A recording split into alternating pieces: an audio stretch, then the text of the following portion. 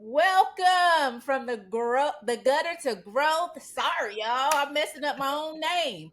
But look, I am here today with Adam Torres, and I'm telling you, he has a lot of experience with podcasting. So, Adam, how are you doing today? Man, you're making me sound old. What do you mean by experience? No. He's been around since podcasting started way back when. No, I ain't been around that long, dang. When they were putting up the towers. Look, experience as in just time and like, look, am I That's correct? as in time, that means old, right there. Look, we are young and thriving here. No, look, no old people right here today. So but look, I am excited. I was looking through some things and just so many things stood out. And I just can't wait to just dive in and just hear what you have to say to the audience today. So are you ready? Let's do it. I'm in. Let's do it. That's telling your age a little bit with that let's do Oh, it. thanks. All right. So, Adam, you have a company and it is called Mission Matters. Mhm. So, can you give us just a little background on that name? Like, what inspired that name, Mission Mhm. Matters? Mm. So that I like to say for that one, like many things in life, like everything really, but that's all God. Like the original platform was actually called Money Matters, and because I was a Wow. financial advisor, I managed money. That was my previous career. I did almost 14 years, and I'm in media now, going on 9 years. But Right. I was one day I was interviewing somebody and they're like, Adam, money matters, but mission matters too. And when they said that, I swear it was like God hit me in the stomach and God, I was like, oh, I was just like, and a little bit more to the story. And I talked to the other co-founder, one other co-founder here, Shirag Sagar, and I'm like, hey, what do you think about this name, Mission Matters? And he's like, he doesn't say anything. We talk about it a little while. We go back maybe a month later, a couple weeks later. He says, hey, Adam, he calls me out of the blue. What do you think about the name Mission Matters? And I'm Wow. like, that's a great idea, Shirag. But if we got enough money in the bank account, are we gonna buy that? Are we gonna buy that domain? Because we know it's gonna be taken. And he's like, and I'm like, if we got enough, I don't care if it clears us out. We're getting it because we can't do it without the domain, missionmatters.com. So we look it up. I spent when we and we spent more money on a domain than I ever thought I'd spend in my life on a domain. But the walk in faith, I would say, for me at least, and the like why I say God is because just to put it in perspective, I had already done over 1,500 interviews with that. Wow.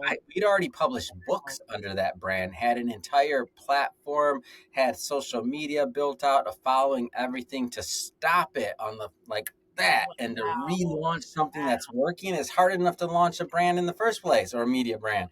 And to do it again, I mean, 1,500 plus episodes already on the podcast. So we took the leap of faith, really, is what I call it, and we were rewarded. Like from that moment on, things changed within 9 days. We relaunched the entire brand, a new website, a brand new podcast. Lost all those subscribers, lost all of those followers, lost all of that work. Still have our book catalog, but really lost brand recognition because it was Money Matters before. Mhm. So yeah, and we started over, but then from that point on, it just started to grow. Like that was, I think, it was really taking a leap of faith there. And so, like Right. I say, that was all God. Like I had no, like I wasn't thinking about Mission Matters, and that just directed my steps and just amazing experiences ever since. And I love what you said. You're like, look, it was like a punch in the stomach. And sometimes that's how God works. It's Oh, like that's how for me for sure. He knows I'm hard headed. He's like, nah, Adam, I got you. yes. And the fact that you didn't let what you felt like you had already accomplished and Mhm, um just going in another directory. You know, sometimes the Lord mhm. will change our trajectory Oh and yeah, that can be a little scary, especially when you feel like, man, I I've was scared. I'm still. I yeah. was. Are you kidding me? Like. Yes, yes, but the fact that you followed his leading and Mhm. you had that trust there, like, look, Lord, if you telling me to leap, how high? What Like, else I'm gonna do? yeah, you know. And I love it how you said we lost people, like, because we were this and we shifted to this and we lost people. But guess what, audience? When you do what the Lord has called you to do, growth happens in that thing. Like, I love that. I love that. Can you share a little more about how that vision is helping other people share their stories? So what's interesting is, it started. I mean, I can't say that I had all this vision or other things. Just to be clear, so on my end, I was just, we started out. We launched some books at first, and that's where the book company came into play. And then when we started the podcast, which by the way, I didn't want to launch a podcast. I didn't want to do it. The other co-founder, I never want to do anything. I'm like, so the other co-founders like, we got to do it, Adam. You got to. I'm like, I don't want. Who cares? I don't listen to podcasts. What? So I just started interviewing people, and I started doing it, and then the demand grew, the show started to grow, and now to date I've done over 6,000 interviews, and I'll do 1,500 plus interviews this year. Wow. So we stay active and busy, but really what's happened, and if I had to say we did one thing well, it's we listened to our audience and we listened to the people that we're interviewing, and so out of that, a lot of brands and things have grown that we didn't initially intend. Like, I'll give you an example. During COVID, before COVID, I used to travel a bit, and I would do like these gigs where I'd go on site. So you know how speakers go step on stage, they get Right. paid. Well, Mhm. one of the things that I do is we have a broadcasting package where I'll go to events, and event organizers pay me to come out, and I do a bunch of interviews. I interview their VIPs, their sponsors, then we Oh, do the distribution. And so that was a big part of our revenue model. Well, then COVID comes, guess what? No more yeah, conferences. yes. So, getting back to like just listening to your audience and listening to what people want. So now people started saying they were stuck at home too, and they want to help launch a podcast. And I'm Wow. like, well, we've never done it for anybody else, but I mean, we've done it for ourselves. I guess we could try. And Yes. now fast forward, and we've launched over 250 shows. Insane. Wow. So, and that's for clients. We have our podcast network. So that's one way that we help people is we help them launch shows. We help them write books. We do PR, a lot of other things in the back end. But at our core, we're a media outlet. So I the love core of that. it is doing interviews and helping other people share their message the same way that you're doing right now. Yes, yes. So let's dive into that because you talk about how helping people share their story is so powerful. So Mhm. can you talk about like what you've seen, do Yeah. you've been on a lot of Yeah. shows and you've interviewed a lot of people. Why do you think it's so powerful for others to share their story?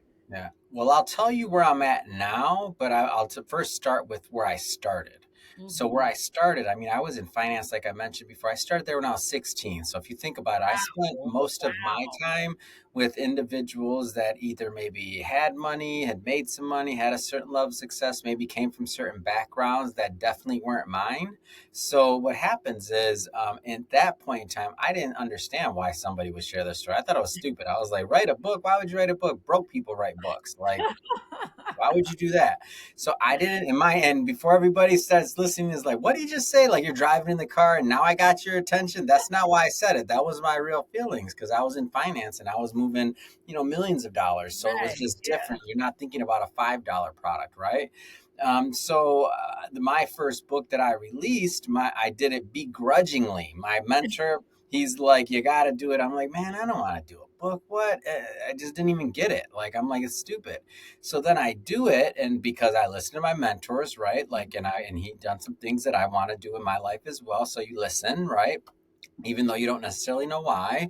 And things started happening. Like I started seeing and getting responses from this book. Wow. I mean, I've been on speaking tours as far away as China back then, before we even had a podcast or anything, based off a book. And I'm Right. like, wow. So like, when you see the response, you see how other people are helped and affected. Because when I read the book, I mean, I wrote it and I thought it was good, and it was good for me, like what I liked. But on the concepts, I mean, I wasn't talking about anything groundbreaking. I'm like, this isn't like the next, whatever book, insert title there. It's not that. But even at my mediocre level of writing, I was able to help a lot of people. So Right. I'm like, wow. So then that gave me a whole different perspective. And then when I started doing the podcast, that was a whole different ball game, because what I realized is when I really got into this business again, now let's fast forward to where I am now, 9 years later. Wow. Here goes some facts. This is the first time in history that we've ever, as a people, regardless of race, gender, ethnicity, even age for the most part, have the ability to participate in writing your own story. Yeah. Never happened before in the history. Who did it before in the past? Mhm. Those that were in control. What do I mean by that? In control. Who owned the printing press? Who Mhm. owned the ink? Who Have owned the money. Yeah. newspapers? Who owned the newspapers? Who owned the radio waves? Who owned the TV networks? They got to write our stories for us. We didn't get to participate. Right. So go far enough back. Who had the clay tablet? Who had the chisel? I don't know. Who had the stick to draw in the dirt? I don't know. Like, somebody was in control of that, right? But we didn't necessarily have control depending on where you were born, how you were born, right? Right. So if you were in that case for the first time ever, the masses, the more people that share their story, and I'm not even getting into conspiracies here, but entire civilizations have been lost. Mhm. Entire people's ethnicities and their stories have been erased, Yeah. sometimes intentionally. Mhm. And then at the very basic of basic levels, I'll speak for myself. I can see this concept of legacy. Unfortunately, last year I Mhm. lost my mom, and I lost her very unexpectedly. A tornado in Florida. You can't make this up. You Wow. cannot make it up. It was last October. We're almost approaching a year. There weren't supposed to be tornadoes. She was one of six people, and it was insane. Wow. Yeah. So the thing that I now value most after that, and even to this day, is I brought her on the podcast. So I Wow. have her telling her story and Yes. her legacy. And then I think about that and I'm like, man, I would love to hear my grandfather's voice Yeah. again. I don't remember it that much. He's been gone for a Wow. while. They lived to be in their 90s, by the way. My grandmother, grandpa, like, but I don't remember their voice anymore. Like, I don't really, the stories, I'm kind of like fading. So when I have kids one day, hopefully, like best case scenario, I might have they might see a picture or something, and I might have some half bitten whatever. But that's only one generation. Great grandparents, who knows? Who Right. knows? Who Right. knows? You And said so, so many great things, and sorry for your loss. no, yeah, Um, thank you. but you are absolutely right. I just wrote my first book back in November. Congratulations, Thank that's you. Like awesome. telling my story, like which Awesome. led to this. Hmm. But and my husband, he was the author, like the writer of children's Yeah, books, but he never really he did it and he didn't really push it out, but he said exactly what you said. It's about legacy. yeah, Like, I want to be able to leave something for my children, my yeah. grandchildren. Like, and you're absolutely right. Like, people have no idea about just family history, Mhm. because when people leave the earth, who knows the family history, it's like It's done. gone. Yeah. So it does, if So if you're you're a listening. podcaster listening to this right now and Yes. your parents are still alive, you better bring them on your podcast. I don't care what your show's about. I don't care if it fits. You call it the mama episode. It don't Yes. matter. And I don't care if it's completely off, and you just tell your audience in advance, hey, I know I talk about cybersecurity and technology, but I I just felt don't like have bringing my my mama. mama. Right. It's her birthday, Yes. I and that's what love that. and I've Yeah. done that. I've done that. That's why I have those. I brought on like 3 times, and those are my prized possessions right there. Wow. I can hear her Set voice every it out time I look. for people, Hmm. to bring on their families, because there's nothing like being able to have those lasting memories and Yeah. being able to hear their voices and Let just me give you another layer on this one, yeah, and this is for you as a host, because I know everybody listening doesn't have a show, so maybe they don't have right. that ability. But as for the hosts out there, whether you realize it or not, you're part of. So for you and I right now, we're part of each other's legacy. I've Wow. been doing this long enough to where I have comments on YouTube to where there's people writing. I have one that I had a gentleman. Let's just say he's up there in age, and Uh-huh. so he's already retired. And I saw some comments on it. My team sent it to me, and it says, "That's my grandpa up there." Wow. So we got grandkids watching their grandpa up there. We made them YouTube Wow. famous, but over and above that, grandpa ain't gonna be around when they're getting Right. married, just by age. I mean, this particular person, Yes. just by Yes. age. So because this is a young person, so looking at that, it's like like that's gonna be something that you're gonna be able to watch for generations. So Right. And that's I so you're appreciate helping other people share you. their Yeah. stories, whether you realize Yeah. it or not. Like we're part of Yeah. each other's legacy in this, and other people will watch that one day if they ever care to say who was Adam. Yeah. I love that. Like, people, that is some good stuff. And I'm going to be mindful of that too as I'm hosting. It's Yeah. funny that you say that because I tell my husband and my brother, who doesn't always get to be on here with me, you would be shocked, like the people that you think you don't have so much in common with because they may be older. We come from different backgrounds, but it's like you leave refreshed, like, man, that was a good show. Like, so it is the truth, and I need to be mindful of that. Like, somebody's family is watching this and they can Mhm. hold on to that.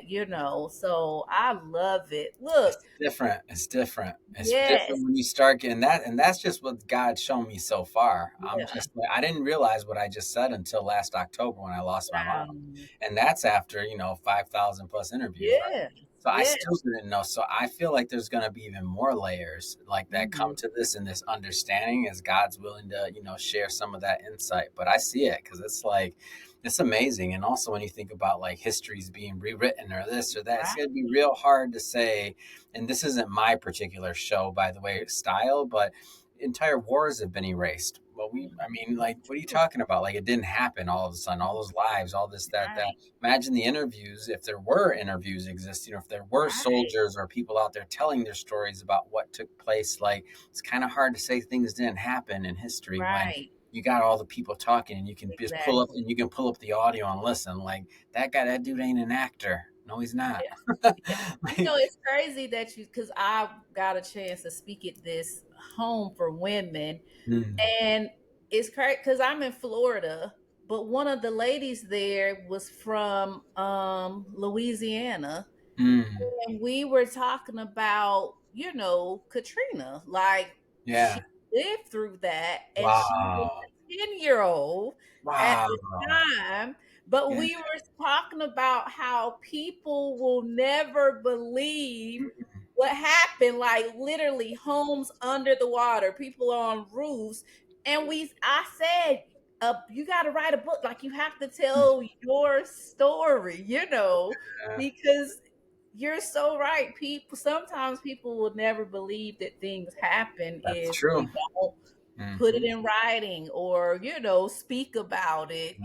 to where it's recorded. So people record your stuff, whether it's, Tell your spoken story or or go on shows, right? Be a podcast guest like I am here today. Like it takes two not. people. Yes. So let's talk about this because I'm learning as I navigate Mm, through everything that I wasn't even planning on doing, but the Lord is like, you're going to do it. Building a brand can be one of the toughest things, but it's also one of the most important things yeah. when you're doing things.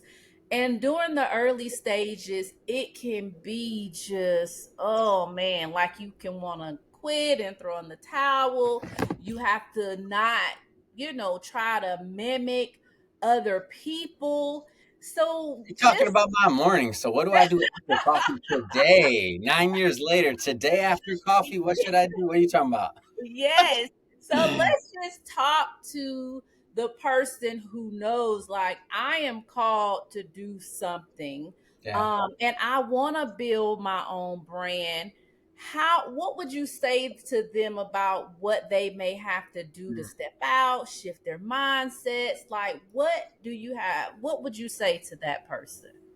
I'd say to first consider what communication channels that you're going Mhm. to use. So, are you better in front of camera? Are you better in? Are you better like talking? Are you better writing? Are you better like what? Like, pick a communication channel. Like, sometimes people do things that maybe they're not comfortable with exactly, and because they do that, they have a lot of missteps or Right. misfires in what they're trying to attempt to do, and that leaves them with a bad taste in their mouth. Then all of a sudden they want to quit or who knows what. Like, I say start with the communication channel that you're okay with and then grow slowly. I'll give you an Right. example. So on my end, I was so scared to launch my first show. I world's worst podcaster.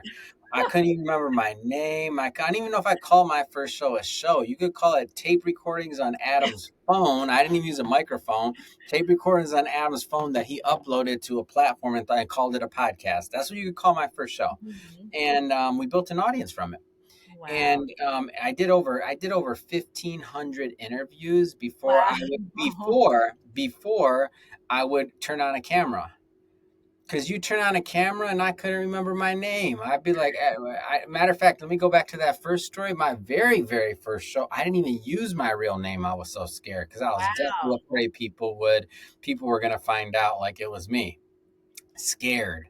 Yes. So, like, mine was a progress of where I was the worst. Maybe I still am. Who knows? Some people like me, but like I wasn't winning any awards for being a natural. Let's put it that way. That wasn't happening. So, but I put it in my mind that I was gonna just do what I was comfortable with, and then over time I slowly progressed to being able to do other things. Then I was okay with front of camera. Then after in front of camera, then I was like, okay, let me try. And these are all remote. Then I probably did like 2,000, 3,000 interviews before I Wow. did an in person interview. Before I did my first in person interview, I probably did 3,000 interviews. And then after my first in person interview, I was a little bit more comfortable. I did a bunch of those. Then, probably after 4,000 interviews, I was comfortable enough to start doing it in front of live audiences. Wow. So we're talking about, a solid multi-year journey of making sure that I feel that I'm okay. Now, if I would have in the very beginning when I couldn't remember my dang name, if you turn on a Mhm. camera, Yeah. I didn't know what an intro was. I didn't know. I think my first recordings was like, do I start talking now? Okay, I'll go. I'll go. What do I? Okay. That was the intro. Do I start talking now? Is this thing recorded? Right, right. And I tell people like when I'm coaching them, like how Mhm. I started, I would just turn on Zoom by myself and I would Oh, just wow. have a full-fledged just going about my business, talking to my audience like they were there, just That's and I'm like, awesome. but it made me comfortable and I realized first Mhm. I started with 5 minutes and then I was like, oh my God, I talked for 20 minutes. Then it went to 30 minutes. So you Wow. just have to, like you That's a say, great story. I love that story. you have to figure out, how to practice so you can Mhm, become comfortable and realize that we all, go through mhm, periods of just being insecure or not as confident, but the more you do it, mhm. then the better you'll come and mistakes are going to be made. That's Like, true. it's not about being perfect, it's about maturing, as you That's go. amazing. Yeah, That's so an amazing story, and if you're practicing with those skills for everybody listening, just don't be in the grocery store doing that because people ain't got no shit. they're You're be gonna like think you're crazy. talking to yourself, walking, doing your intro out loud, being animated, like waving your hands. You get escorted out of the grocery store for doing that stuff. So you find your chill, do that at the privacy of your own home. Yes, and let your family know because they might think you're Oh, crazy. yeah, let your family know. I'm like, I'm in here. Who are you talking to? I'm You're practicing. like, who you talking to? What do you mean? Zoom. I'm talking to Zoom. Who's Zoom? Look, June was my best friend for a while. Best. All of us caught COVID. So some people may be listening and they're like, I don't even really have a business. Like I work for somebody else, I don't know how this applies to me and why even creating a brand is important right now. Yeah. So why do you think now is the moment for people to step out and, start trying to create a personal brand? I mean, it's always going to be the moment in reality because we're stuck with one thing, and that is we're going to die with our personal brand. Not having a personal brand is having a personal brand, and a lot. Period. That's it. You can't find you online. You can't like if somebody Googles you, they can't find you. Guess what? Your personal brand is that you're out of touch with society, that you fall behind, and that you if you're just saying you don't like technology now, or you don't like or this or that, like that's what you're saying. You're saying, I'm not somebody that wants to collaborate. I don't want to work with people. I don't want to build community. Wow. It's more than you. It's not just your personal brand. It's you being part of a community, which is Right. humanity, whatever your Right. area is. So if you say no, you're by definition, and this isn't my, you could say this is my opinion, but if you're being objective, it's just reality. It's Hmm. like this, like it's like back in the day, like, and I don't nothing against anybody that lives in rural America, first off, but I'm talking about the hermit, the person that was like, Right. I ain't doing nothing, I don't want to. And if there's any hermits out there listening to this, bless you, because you're not on the road in California in a car. I'm good with it. Stay in wherever you want to be at, whatever cabin. I'm talking about the hermit. If Yeah. you're not on any social, if you're not doing anything, then just you can might as well just say you're just like that hermit that's in the middle of the forest that says that they don't want to be part of civilization for whatever reason. Because Wow. we're at that point. Like we're just at that point. It's not like 10 years ago what I've said, what I just said. No, but we're at that point. And now when you add AI to the mix, not Yeah. only that, but you're also becoming less relevant than something that's not even Yeah. a person. Yeah. So Wow. you need to have a personal brand out there. It's not a should you or could you or why would you. It's just a question of how far behind you want to fall. Wow. I That's the love question. that. That's Yeah. the question. How far behind you want to fall? Because other people in other countries building personal brands. How Yeah. far behind you want to fall in your industry, your business, and your profession at your workplace. So Right. let's talk about corporate America. First off, I love corporate America. In fact, I did very well in corporate America, and I never planned to be an entrepreneur. Mhm. My last book that I released, it's called Driven, Driven, and you can find it on Amazon, all that stuff. But Mhm. in that book, I call myself, it was two people wrote it, myself and my co-author, Elliot Callan. He was a serial entrepreneur. He's one of those really fancy, smart people, buy businesses, sell them, grow them. So that's one tale. The Mhm. other tale is my tale called accidental entrepreneur. I didn't even know I was an entrepreneur. I didn't know that's what I was doing. I didn't know what entrepreneurship was about. I never wanted to be one. I never was like, oh, I hate corporate America, blah, blah, blah. I can't work for anybody. They won't hire. That wasn't my case. I got promotions every 2 years. I got Right. salary increases. I rose. Every company I went to was a big promotion. I did well in corporate America and I loved it. If anything, I worked less in corporate America than I do now. Like that's why you want to be an entrepreneur so you can go from working 50 hours to 100. Do that. So I don't recommend entrepreneurship if you're listening to this and you're a corporate person. So just FYI, those are You my want to work personal no, less. those are my personal beliefs on the back end. Is I'm not like encouraging people to go be entrepreneurs. For the entrepreneurs out there, you know what you got to do it or don't.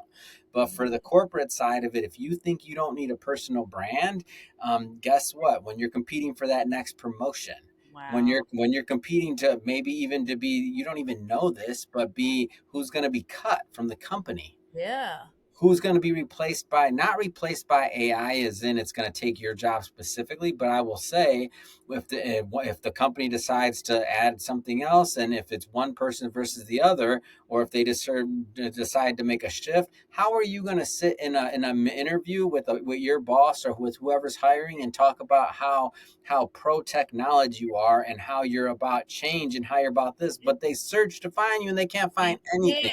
yeah. So Yes. that there's like your words that come out of your mouth, but then there's also your digital footprint that we have no matter what. That's what you got to think about. Look, this is so crazy that we're having this conversation because I was just talking to somebody yesterday about this because they do so much extra stuff Mhm. for their companies or different organizations that they're attached to, Yeah. but they're the ones doing it. But Mm. it's like the credit is going to the things that they're attached to. And I'm like, no, this is why you creating your own brand, even if it's a nonprofit or whatever, because you're the one doing it. So you're working alongside these people. And Like, the simple example of that, because I've had people tell me that too. They're like, "Oh, but it's my company. It's this." It's like, well, are you allowed? So, okay, you went to this event, you put it on, you did all this, right? Yep, it's your company's event. Are you allowed to take a picture at that event? Take a picture with you and your colleagues or whomever. Take a really nice picture, post it on LinkedIn, and write about your experience. That's right. called leveraging and building a personal brand. It can be that simple. Hmm. You don't have Yeah. to do anything more than that. And now when people at least look you up, they see the Yeah. association, talk about what you did in relation to. And it's simple. Oh, Mhm. I love this event. My company's amazing for putting it on. I had so much fun helping on the planning committee and doing this, that, that. It's simple. It's Hmm. simple. And now you're leveraging their brand while building your own, which is totally okay and ethical because you did the work. You're not taking And credit for somebody else's work. You did the work. And here's the thing, Adam. I know a lot of people who, when they are interviewing people, Mm. they go to social media to They learn have to. about the people that Oh they're no. interviewing. Well, Yeah. one step further than that, now they're using AI tools that pull all the data online. Can you imagine when you use an AI tool, push a button and it pulls all the data so you can tell you can Wow. ask the tool, tell me about this person. And one, you have a very detailed history because of all the things they have out there. And the other one is sketchy at best or not conclusive, like it has only a little bit. Who wins? Right. They're not going to go to the other one and be like, "Oh, well, let's see, my AI tool couldn't find it, so let me do some manual research." No, they're already on to the next one. Yeah. You're not Yeah. even going to make it to the manual research. So crazy. So, what would you say for somebody who's like, I hear y'all, like, I Yeah. know I need to be doing something. Like, where do I even start? Where do I even begin? Like, what advice will you can you give to the audience for just, those people who are saying, well, maybe I'll try to figure this out and Mm. navigate to create in my own brand, to create in the podcast. What advice will you give them today? I'll start at the very basic. There's a lot of people that are watching or listening to this that don't have a LinkedIn profile. Mm-hmm. There's a bunch of people, and some of you listening, they're like, "Oh, well, I had one, I got one." Yeah, how many? Yeah, but when's the last time you logged into it? I'm guilty. Just Yeah. because you accidentally signed up for one 10 years ago or 15 years ago, like, how old is your picture on that LinkedIn? Like, be honest with yourself. Like, do you have your login? Like, you don't know how many people I talk to where they say that, and I'm like, "When's the last time you logged in, though?" And they're like, "Oh, To go, but I there refreshed my picture there and you everything. go. See, so that's my number one is you gotta have because that's the professional side. Not everybody's cut out for Instagram. Not everybody's gonna have the time. And YouTube's mean. Like I don't care what anybody says. People on YouTube got comments, and Yeah. that's what how YouTube works is a two-way discussion. You put out a video, people don't like it, they can be as rude as they Right. want to. That's YouTube is mean. Instagram is hard, it's difficult, right? But LinkedIn, think of that as at least that's the core of your online presence. Like if you Wow. don't have that, that means that you've done something. Have you ever worked for somebody? Mm-hmm. Do you care about anything? Are you working now? Do you like who are you? Like you write your bio. Like at the very, very, very if you have nothing and you hate social media, everything, still do LinkedIn. Like Wow. do LinkedIn. You got to have your LinkedIn profile. Even if you're not in a career where you're like feel is professional, quote unquote, whatever that means as LinkedIn. I don't care whatever field it is you think that doesn't apply. The key here is that that's where the opportunity is at. You don't know where your next opportunity is coming from. And that's where the recruiters at. That's where the crawlers are at that are looking for people that they want to promote and to bring into industries. One of the companies I worked for early on in my career in finance, something that people don't really know on the front end is that they don't look for people that have financial experience or that have that finance experience. What they want is they want people that have like teachers and those type of things because they're moldable. They don't want they want somebody that has the ability to lean. want somebody that has the ability to learn and the inquisitiveness to want to do it. They don't want so if you didn't have if you were up there and in my example you were a teacher and you're like, well, I need to put that up there because I work for a school system and I know if I need another job I just go to another school system. But Right. you, and I'm not saying there's anything wrong with teaching, but maybe if a recruiter reached out to you with the right opportunity, you might consider should Right. you be doing something else. If it came with a big pay bump and it was something interesting that you considered that like that was going to be match your goals, maybe you give it a shot. Yeah. So I'd say at the very least do that. Now, if you're a step further than that, then I'd consider then I look at communication channels. So LinkedIn is kind of almost a one way, like at least have your stuff up there. And of course you Right. can participate and you can do all of that and grow your connection base. But the other side of this would be if you're going to start actually putting out content consistently. For me, my thing is the podcast. It's the easiest, like, period. Like at the end of the day, if you can talk to people, then that's the easiest. For some people it's writing. Some people Yeah. can write and they're just like, I don't want to talk, they're in their head. That's a Yeah. different, there you go. So blog, there you go, do a blog. Do a newsletter. Do a newsletter on LinkedIn. They got a newsletter feature. Do a Yeah. blog on LinkedIn. If you don't want to do your own website, I suggest people get their own website and their name. But if that's beyond either your technical capabilities or budget or even just your whim, like maybe you just don't care that much, still do something. And the audio podcast, the easy part about it is if you've been on a Zoom, you can do a Zoom. Like you're using a fancy Riverside platform. You got that fancy mic over there. You got that. No, you're fancy. Nothing fancy, I No, promise. you got Riverside is fancy. It is. Don't whatever. Don't hate. Riverside is good, but it's fancy. So that comes with a subscription. Like Zoom can be free if you're doing Yeah. a shorter Yeah.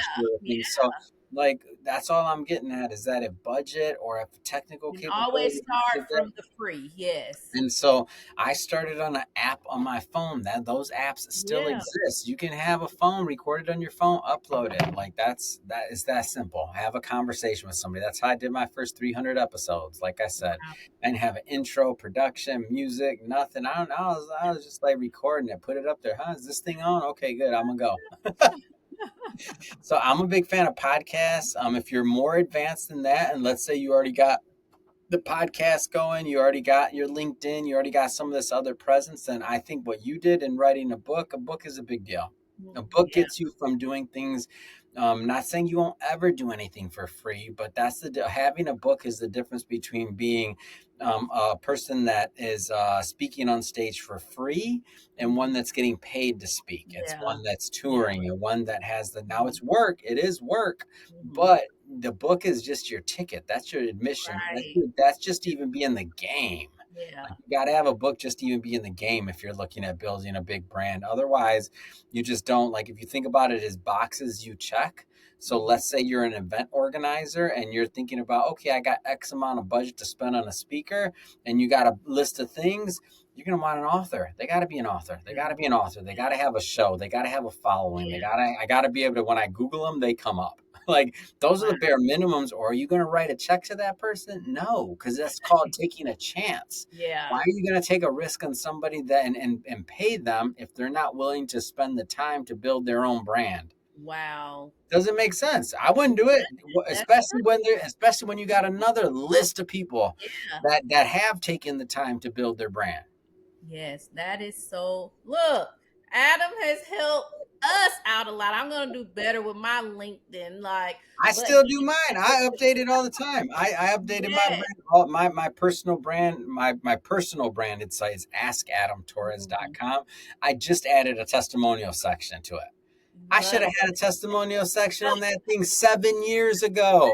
So if you're watching this and you're laughing and like, oh, Adam saying, no, let me rag on myself. 7 years I've been meaning to get that dang thing up there. How can I not have any testimonials on my own personal brand website? Ask Adam Torres. yes. Look, he has left you with some steps, some first steps. So I'm telling you, like, just start it. Just start that brand and you will not be disappointed. Start small. We're talking about growing. Growth can Mhm. be baby steps. You just have to be willing to grow.